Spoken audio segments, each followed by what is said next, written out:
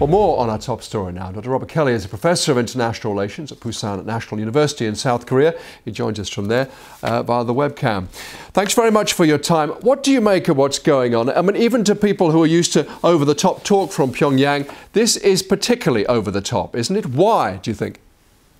Yeah, it is really over the top. That's true. That's why it's in the news so much. That's why we're here. I agree. The North Koreans do say a lot of sort of outrageous stuff, but nuclear threats are pretty new, particularly nuclear threats on the continental United States. I believe that's a first.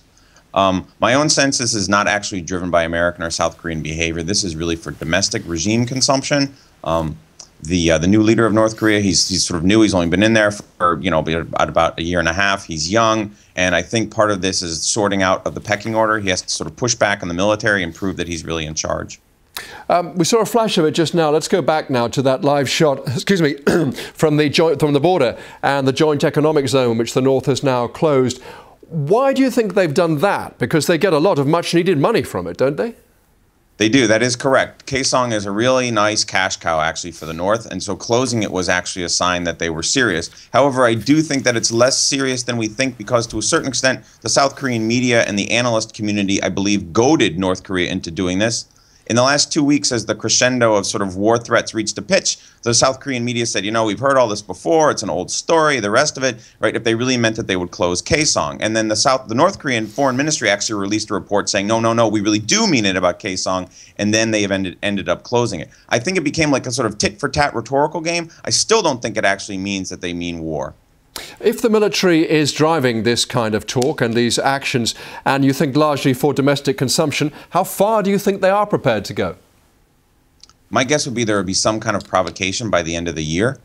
In the next few weeks, though, I don't believe they would actually do anything because the U.S. is now taking this genuinely very seriously, right? I mean, that's pretty obvious now. They'll probably step back, I think, the next couple of weeks. There are a couple of big events coming up in the North Korean government, some party functions and things like that, where I think it would be very easy for the leadership to say, look, we deterred the Americans, we kept them out, they didn't do anything, they were afraid of our strength and the rest of it, and they can back down. But they don't want a war. They'll lose a war. I mean, that's really important. They'll lose the war quickly, actually, so they don't want a war.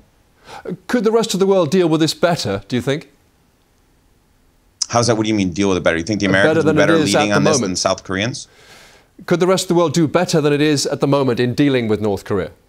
Oh, pardon me. I'm not really sure, actually. Like I said, I think a lot of this is internally driven. I think this is being driven by elite politics in Pyongyang, right? The new leader, he's very young, and we assume there's sort of a sorting out of the pecking order, sort of who is going to be in charge. In the old days, it was sort of the military and the Kim family together under Kim Jong-il, the father. Right now, we assume that's sort of very shaken up. They're sort of working things out. So I'm not really sure if the outsider world could sort of do very much. I mean, the Chinese could probably help more, right? That's pretty obvious. But for the rest of us, I'm really not sure. I mean, it's either respond to them or they keep going with the nuclear weapons. So either way, we're stuck.